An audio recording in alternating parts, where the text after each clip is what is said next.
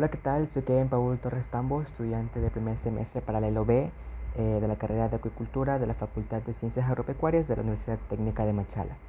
El día de hoy vamos a hacer lo que es una práctica de observación a macroalgas perteneciente a la asignatura de Introducción a la Acuicultura dirigida por el doctor Roberto Santa Cruz, docente de la ya mencionada institución de educación superior. Antes de adentrarnos al tema en específico de la práctica, vamos a ver qué son las macroalgas y algunas de sus generalidades. Macroalgas.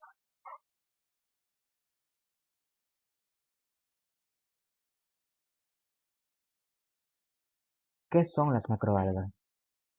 Las macroalgas son organismos multicelulares visibles a simple vista, a diferencia de las microalgas cuyos organismos son unicelulares y visibles únicamente bajo un microscopio. Las macroalgas pueden ser libres o bentónicas. Libres me refiero a que están nadando o flotando en las superficies, y cuando son bentónicas me refiero a que están adheridas a un sustrato. Son organismos autótrofos, quiere decir que generan su propio alimento. ¿Cómo lo generan? Mediante la fotosíntesis. A las macroalgas no se las debe confundir con las praderas marinas. ¿Por qué? Porque las praderas marinas contienen algas vascularizadas y las algas no son plantas vascularizadas.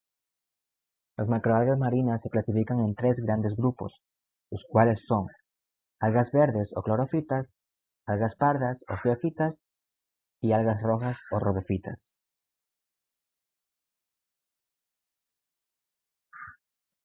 Macroalgas. Estructura de la macroalga. Esta parte de aquí se la conoce como lámina o fronda, que vendría a ser un equivalente a las hojas. Esta parte de aquí se la conoce como stipe, que vendría a ser el equivalente a un tallo. Y esta parte de aquí, conocida como rizoide o también como disco, que vendría a ser el equivalente a las raíces. Pero recordemos que las algas no son plantas, entonces no contienen ni raíces, ni tallos, ni hojas.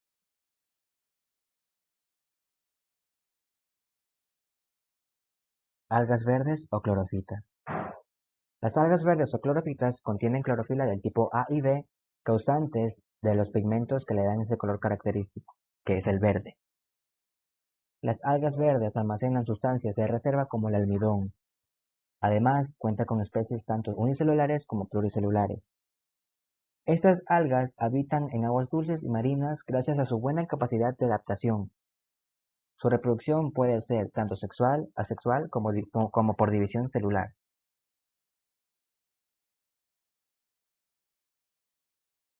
Algas verdes, clorofitas, características.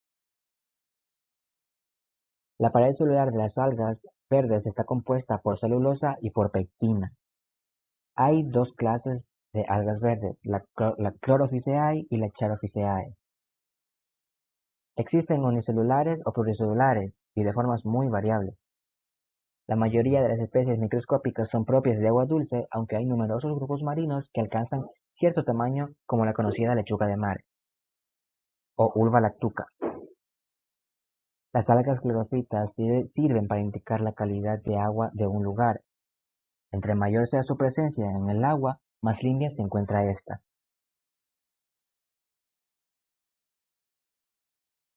Ejemplo de las clorofitas.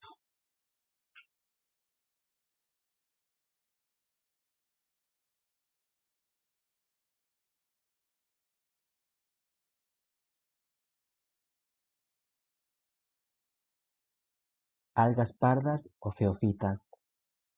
Las algas pardas o feofitas contienen clorofila del tipo A y C.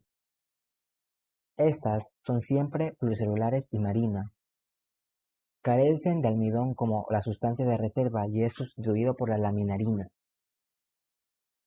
Algunas especies de feofitas, como los alzagos, pueden alcanzar más de 100 metros de longitud. La reproducción puede ser tanto sexual o por esporas.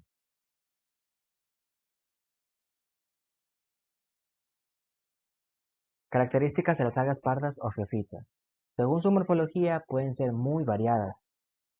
Mayormente se encuentran en ambientes marinos, puesto que se conocen muy pocas de agua dulce. como unas 3 especies de agua dulce. La pared celular de estas algas está compuesta por celulosa y mucilaginosa. Estos son organismos bentónicos, es decir, que están adheridos siempre a un sustrato. Unas pocas especies del género Sargassum son pelágicas, quiere decir que están entre las columnas de agua, flotando.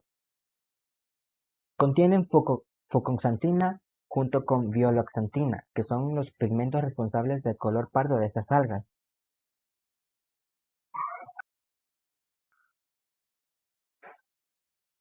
Ejemplo de las biofitas.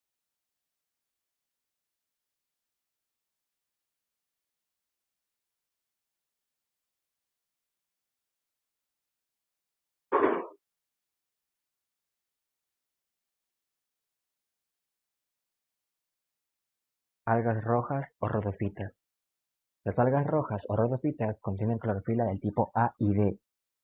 Su color rojizo se da debido a la presencia de pigmentos como ficopilinas, en las que tenemos a las ficocianinas y a las ficoeritrinas. La sustancia de reserva de las algas rojas rodofitas son el almidón de florídeas. Las algas rojas no tienen flagelos. Los flagelos son esa especie de apéndices que les permite la movilidad. Entonces, no con tener flagelos, las algas rojas no pueden moverse o no son algas móviles. Y al no ser algas móviles, tampoco lo son sus gametos, ni masculinos ni femeninos. Existen especies tanto unicelulares como pluricelulares. La reproducción de las algas rojas puede ser por fragmentación, de manera sexual y de manera asexual.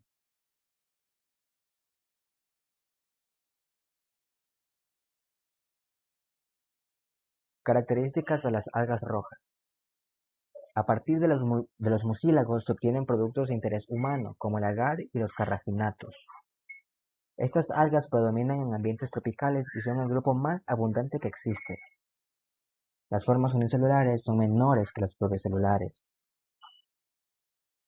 Muchas algas rojas son importantes como alimento por su composición nutricional. Además, son algas muy importantes porque sirven de alimento y refugio a muchos animales. Un grupo en particular de algas rojas, que crecen en forma de costra, ayudan a la construcción de los arrecifes. Ejemplo de las algas rojas.